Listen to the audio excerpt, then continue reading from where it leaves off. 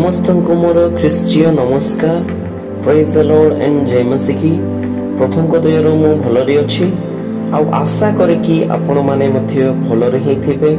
ପ୍ରଭୁ ଆପଣମାନଙ୍କୁ ସମସ୍ତଙ୍କୁ ପ୍ରଚୁର ଭାବରେ ଆଶୀର୍ବାଦ କରନ୍ତୁ। ଆମେନ୍। ଆସନ୍ତୁ ବର୍ତ୍ତମାନ ସମୟରେ ସମୟ ନଷ୍ଟ ନ କରି ପ୍ରଭୁଙ୍କ ବାକ୍ୟ ଅଧ୍ୟୟନ କରିବା। ମୁଁ ଆପଣମାନଙ୍କ ସମ୍ମୁଖରେ ସଂକ୍ଷିପ୍ତ କରି ଈଶ୍ୱରଙ୍କର ବାକ୍ୟ ରଖିବା ନିମନ୍ତେ ଚାହେଁ। ବିଷୟବସ୍ତୁଟି ହେଲା ଜାଗତିକ ଧନ ପ୍ରତି ଲାଳାୟିତ ହେଉଥିବା ମନ। ପ୍ରିୟ ପ୍ରଭୁଙ୍କ ଲୋକମାନେ, ମୁଁ ଆପଣମାନଙ୍କୁ ଜାଗତିକ ଧନ ବିଷୟରେ ସଂକ୍ଷିପ୍ତ କରି କହିବା ନିମନ୍ତେ ଚାହେଁ।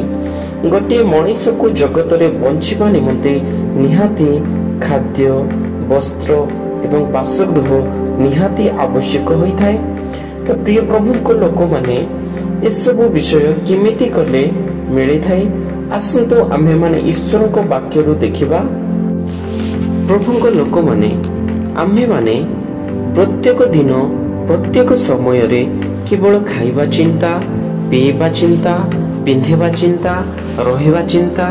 କିନ୍ତୁ ଏହି ବିଷୟକୁ ନେଇ ଈଶ୍ୱରଙ୍କ ବାକ୍ୟ ଆଜି କ'ଣ କହେ? ଆସନ୍ତୁ ଦେଖିବା। ମୋ ସହିତ ଆପଣମାନେ ଖୋଲନ୍ତୁ ମାଥ୍ୟୁ ପୁସ୍ତକ ତାର 6 ପର୍ବ 30 ପଦରୁ 34 ପଦ ଯାଏ। ଏ ଜାଗାରେ ଏହିପରି ଲେଖାଯାଏ, କିନ୍ତୁ କ୍ଷେତର ଯେଉଁ ଘାସ ଆଜି ଅଛି ଆଉ କାଲି ଚୁଲିରେ ପକାଯାଏ, ଏହାକୁ ଯେବେ ଈଶ୍ୱର ଏ ପ୍ରକାର ବିଷ ଦିଅନ୍ତି, ତେବେ ହେ ଅଳ୍ପ ବିଶ୍ୱାସୀ ମାନେ, ସେ ତୁମ୍ଭମାନଙ୍କୁ କି ଅଧିକ ନିଶ୍ଚିତ ରୂପେ ବସ୍ତ୍ର ନ ଦେବେ? ଏଣୁ କ'ଣ ଖାଇବା ଅବା କ'ଣ ପିଇବା କି ଅବା କ'ଣ ପିନ୍ଧିବା, ଏହା କହି ଚିନ୍ତିତ ହୁଅ ନାହିଁ। କାରଣ ବିଜାତି ମାନେ ଏହି ସବୁ ବିଷୟ ଖୋଜି ବୁଲନ୍ତି। ଆଉ ଏହି ସମସ୍ତ ବିଷୟ ଯେ ତୁମମାନଙ୍କର ପ୍ରୟୋଜନ, ତାହା ତୁମମାନଙ୍କ ସ୍ୱର୍ଗସ୍ଥ ପିତା ଜାଣନ୍ତି। କିନ୍ତୁ ତୁମ୍ଭେମାନେ ପ୍ରଥମେ ତାହାଙ୍କର ରାଜ୍ୟ ଓ ଧାର୍ମିକତା ଅନ୍ୱେଷଣ କର, ଆଉ ଏହି ସମସ୍ତ ବିଷୟ ମଧ୍ୟ ତୁମ୍ଭମାନଙ୍କୁ ଦିଆଯିବ। ଅତଏବ କାଲି ପାଇଁ ଚିନ୍ତିତ ହୁଅ ନାହିଁ, କାରଣ କାଲି ନିଜେ ନିଜ ପାଇଁ ଚିନ୍ତା କରିବ। ଆଜିର କଷ୍ଟ ଆଜି ପାଇଁ ଯଥେଷ୍ଟ। ତ ପ୍ରିୟ ପ୍ରଭୁଙ୍କ ଲୋକମାନେ, ଆମ୍ଭେମାନେ ନିଜେ ନିଜେ ଚିନ୍ତା କରିବା ଦରକାର। ପ୍ରଭୁ କ୍ଷେତରେ ଥିବା ଘାସକୁ, ଯାହାକି ଆଜି ଅଛି କାଲି ତାହାକୁ ଚୁଲିରେ ପକାନ୍ତି, ତାହାକୁ ଯଦି ଏ ପ୍ରକାର ବିଷ ଦିଅନ୍ତି, ତାହା ହେଲେ ପ୍ରଭୁ ମୋତେ ନିଜ ହସ୍ତରେ ନିଜ ପ୍ରତିମୂର୍ତ୍ତିରେ ମୋତେ ତିଆରି କରିଛନ୍ତି, ମୋତେ କ'ଣ ପିନ୍ଧିବା ନିମନ୍ତେ ପ୍ରଭୁ ବସ୍ତ୍ର ନ ଦେବେ? ଏହା ଆମେ ନିଜେ ନିଜେ ଚିନ୍ତା କରିବା ଦରକାର।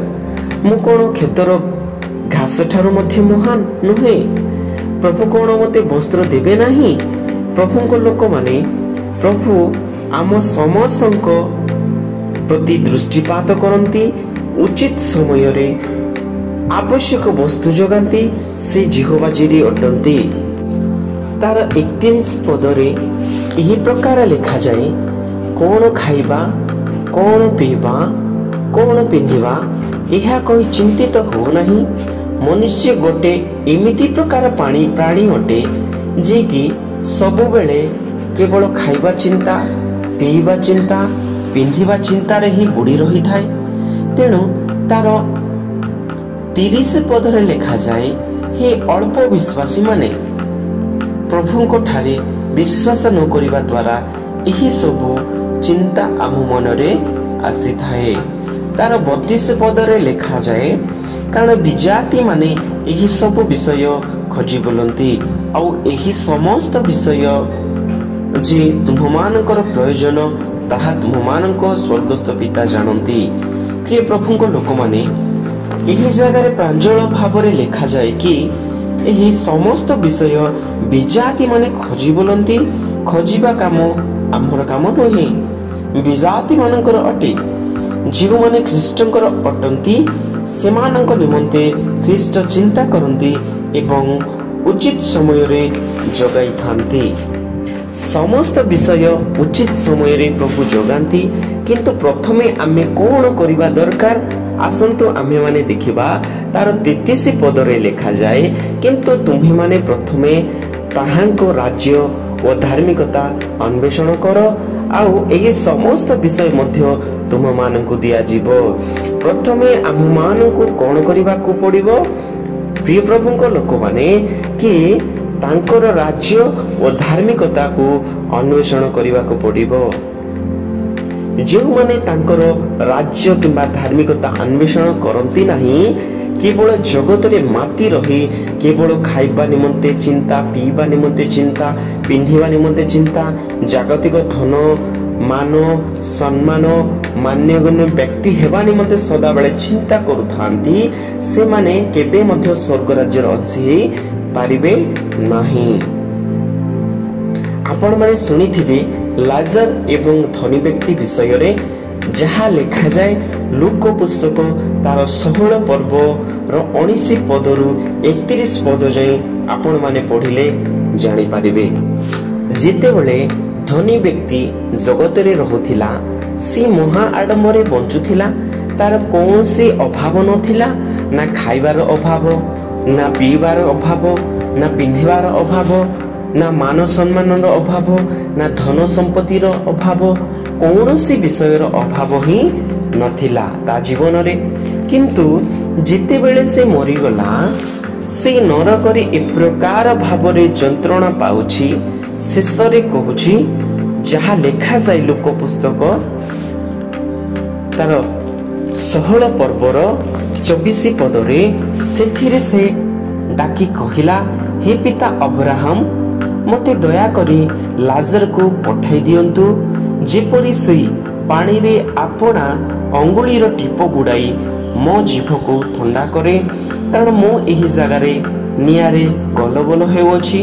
ପ୍ରିୟ ପ୍ରଭୁଙ୍କ ଲୋକମାନେ, ଆପଣମାନେ ଟିକେ ଚିନ୍ତା କରି ଦେଖନ୍ତୁ, ଅଙ୍ଗୁଳିର ଟିପ ବୁଡ଼ାଇଲେ କେତେ ପାଣି ଆସିଥାଏ। ଆମ୍ଭେମାନେ ଏକାଥରକେ ଲିଟର ଲିଟର ପାଣି ପିଉଛୁ, ତଥାପି ଶୋଷ ମେଣ୍ଟୁ ନାହିଁ। କିନ୍ତୁ ଧନୀ ବ୍ୟକ୍ତି ଆଜି ଗୋଟିଏ ଟୋପା ପାଣି ପାଇଁ ବିକଳ ହେଉଛି। ଯଦି ଆପଣମାନଙ୍କର ମନ ଧନୀ ବ୍ୟକ୍ତି ପରି ଅଛି, ତାହେଲେ ଅତି ଶୀଘ୍ର ଆପଣ ମନ ପରିବର୍ତ୍ତନ କରି ଫେରିବା, ନହେଲେ ଦିନେ ଆମେ ମଧ୍ୟ ଧନୀ ବ୍ୟକ୍ତି ପରି ଟୋପାଏ ପାଣି ପାଇଁ ବିକଳ ହେବା।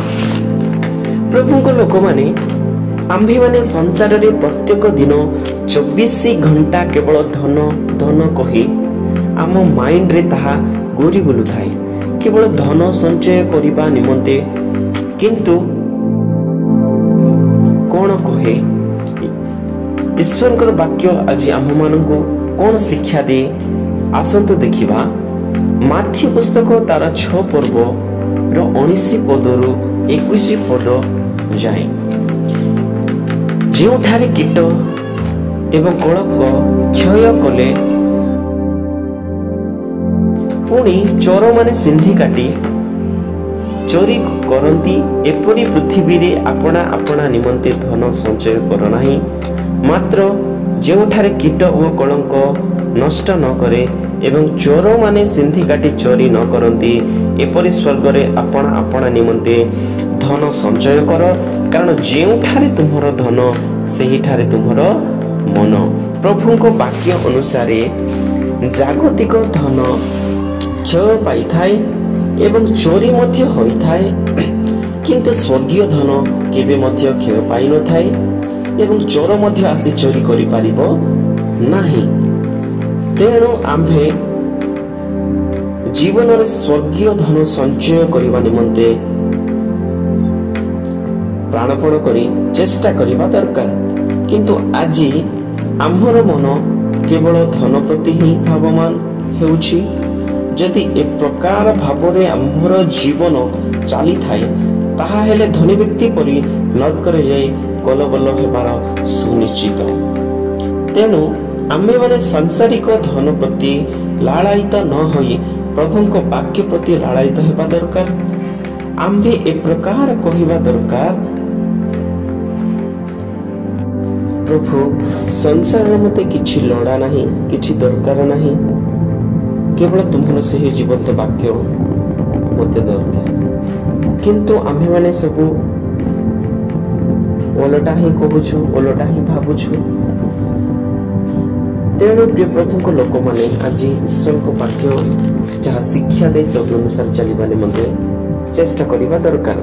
प्रभु को लोक मैंने आम्हे माने जदि देखिबा प्रथम तिमोथी तार 6 पर्व 6 पदरु 10 पद जाई एठारे एहिपरि लेखा जाए ईश्वर परायणता संतोष भावयुक्त हेले प्रकृतरे लाभजनक। कारण आम्हे माने जगत को किछि आनी नाहु पुणी एठारो किछि नहीं जाई न पारू। एणु खाद्य वस्त्र थिले आम्हमानक निमंते यथेष्ट। मात्र जो माने धनी हेबाकू इच्छा करती से माने परीक्षा ओ फांदरे पुणी अनेक प्रकार भूल ओ क्षतिजनक अभिलाष रे पड़ती। एही सब मनुष्यर ध्वंस ओ विनाश रूप सागर रे बुड़ाई दिए। कारण धन लोभ समस्त मंदतार मूल। केही केही सेथिरे आसक्त होई विश्वास त्याग करी पथभ्रष्ट होई अछंती। पुणी बहु दुखरे आपना आपना दुखरे दुख करी अछंती। एही जगारे प्रांजल भावरे देखिबा को पाउछे कोन कले आम्हमानकर लाभजनक होई थाए। संसारर धन पछरे दौड़िले आम्हमानकर लाभजनक होई न थाए। ईश्वर परायणता संतोष भावयुक्त हेले विशेष लाभजनक होई थाए। 7 पदरे लेखा जाए अति सुंदर भावरे आम्हे माने जगत को किछि आनी नाहु पुणी एठा को किछि घेरी जाई न पारू। प्रभु को लोक माने संसारर अल्प क्षण धन निमंते आम्हे माने अनंत स्वर्ग को तुच्छ करूछु। पुणी लेखा जाए तार 8 पदरे एणु अन्न वस्त्र थिले आममानक निमंते यथेष्ट। किंतु आजिका दिन रे मनुष्य को जेते थिले मध्य कम ही लागुछि। तार 9 पदरे लेखा जाए मात्र जो माने धनी हेबा को इच्छा करती से माने परीक्षा ओ फांदरे पड़ी अनेक प्रकार असंगत ओ क्षतिजनक अभिलाष रे पड़ती। जदि आम्हे धनी हेबा को इच्छा करू ताहाले अनेक प्रकार परीक्षा ओ फांदरे पड़िबा को हेई थाए। एते सहजरे एवं कम समय रे आमे केबे मध्य धनी व्यक्ति हे परिबा नाही। अनेक असंगत क्षतिजनक अभिलाष रे पड़िबा को हेई थाए। अनेक अनेक प्रकार लोकमानक सहित बंधुता स्थापन करिबा को पड़ी थाए एवं बढुथिबा धन देखि आममानक मनरे गर्व आसी थाए। किंतु तहिरा शेष रे मृत्यु थाए। पुणी तार 10 पदरे लेखा जाए कारण धन लोभ समस्त अनिष्टर मूल। हितोपदेश तार 10 पर्व 22 पदरे लेखा जाए सदा प्रभु को आशीर्वाद धन्यवाद करे। पुणी से ताहा संगरे दुख जोग करती नाही। प्रिय प्रभु को लोक माने सदा प्रभु को आशीर्वाद रे आम्भे जदि धनी हेबा ताहाले भविष्यत रे दुखी हेबा नाही। किंतु जदि आम्भे प्रभु को छाड़ी केवल आम्भ बुद्धि एवं ज्ञान बल रे अन्याय अधर्म करे केवल धन पछरे दौड़िबा ताहाले आम्भे माने भविष्यत रे आम्भर क्षति बा विनाश रूप सागर रे मग्न होइथाउ। मार्को 10 पर्व तार 24 पद 25 पदरे ए प्रकार लेखा जाए धनी लोकंक निमंते अति प्रांजल भावरे लेखा जाए ईश्वर राज्य रे प्रवेश करिबा केडे कष्टकर। पुणी लेखा जाए तार 25 पदरे ईश्वर राज्य रे धनी लोकर प्रवेश करिबा अपेक्षा सूचीर छिद्र दे ओट जीवा सहज।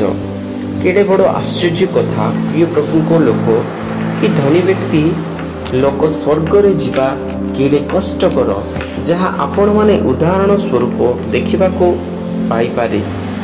वे लोक तार 16:19-30 धनी व्यक्ति एवं लाजर विषय। धनी व्यक्ति जगत रे महा आडंबरे रहुथिला। जगत रे तार किछि मध्य अभाव नथिला। किंतु लाजर को खाइबा को अन्न मध्य पाई पारु नथिला। किंतु शेष रे लाजर स्वर्ग को गला एवं धनी व्यक्ति नरक को गला। तेणु प्रिय प्रभु को लोक माने आम्हे माने धन धन कही कही संसार रे धावमान हेबा नाही। ନହେଲେ ଶେଷରେ ଧନୀ ବ୍ୟକ୍ତି ପରି ନରକରେ ସ୍ଥାନ ପାଇବା। ଶେଷରେ ଗୋଟିଏ ବାକ୍ୟ କହିବା ନିମନ୍ତେ ଚାହେଁ। ଏଭ୍ରି ପୁସ୍ତକ ତାର 13 ପର୍ବ 5 ପଦରେ ଲେଖାଯାଏ, ଆଚାର ବ୍ୟବହାରରେ ଧନଲୋଭ ଶୂନ୍ୟ ହୁଅ, ତୁମମାନଙ୍କର ଯାହା କିଛି ଅଛି ସେଥିରେ ସନ୍ତୁଷ୍ଟ ଥାଅ, କାରଣ ସେ ନିଜେ କହିଅଛନ୍ତି, ଆମ୍ଭେ ତୁମକୁ କେବେ ହିଁ ଛାଡ଼ିବା ନାହିଁ, ଆମ୍ଭେ ତୁମକୁ କେବେ ହିଁ ପରିତ୍ୟାଗ କରିବା ନାହିଁ। ପ୍ରଭୁଙ୍କ ଲୋକମାନେ ଆମ୍ଭେମାନେ ଧନଲୋଭୀ କେବେ ମଧ୍ୟ ହେବା ନାହିଁ। ବାକ୍ୟ ଅନୁସାରେ ଆମମାନଙ୍କ ପାଖରେ ଯାହା କିଛି ଅଛି ସେଥିରେ ସନ୍ତୁଷ୍ଟ ହେବା ଦରକାର, କାରଣ ପ୍ରଭୁ କହନ୍ତି, ଆମ୍ଭେ କେବେ ତୁମକୁ ଛାଡ଼ିବା ନାହିଁ, ଆମ୍ଭେ ତୁମକୁ କେବେ ପରିତ୍ୟାଗ କରିବା ନାହିଁ। ବାକ୍ୟ ଅନୁସାରେ ପ୍ରଭୁ ଆମକୁ କେବେ ଛାଡ଼ିବେ ନାହିଁ କିମ୍ବା ପରିତ୍ୟାଗ କରିବେ ନାହିଁ। ଆମେନ୍। ଏହି ଛୋଟ ବାକ୍ୟ ଦେଇ ପ୍ରଭୁ ଆମ ସମସ୍ତଙ୍କୁ ପ୍ରଚୁର ଭାବରେ ଆଶୀର୍ବାଦ କରନ୍ତୁ ଏବଂ ଆପଣମାନଙ୍କୁ ଏବଂ ଆପଣ ପରିବାରକୁ ମଧ୍ୟ ପ୍ରଭୁ ପ୍ରଚୁର ଭାବରେ ଆଶୀର୍ବାଦ କରନ୍ତୁ। ଆମେନ୍।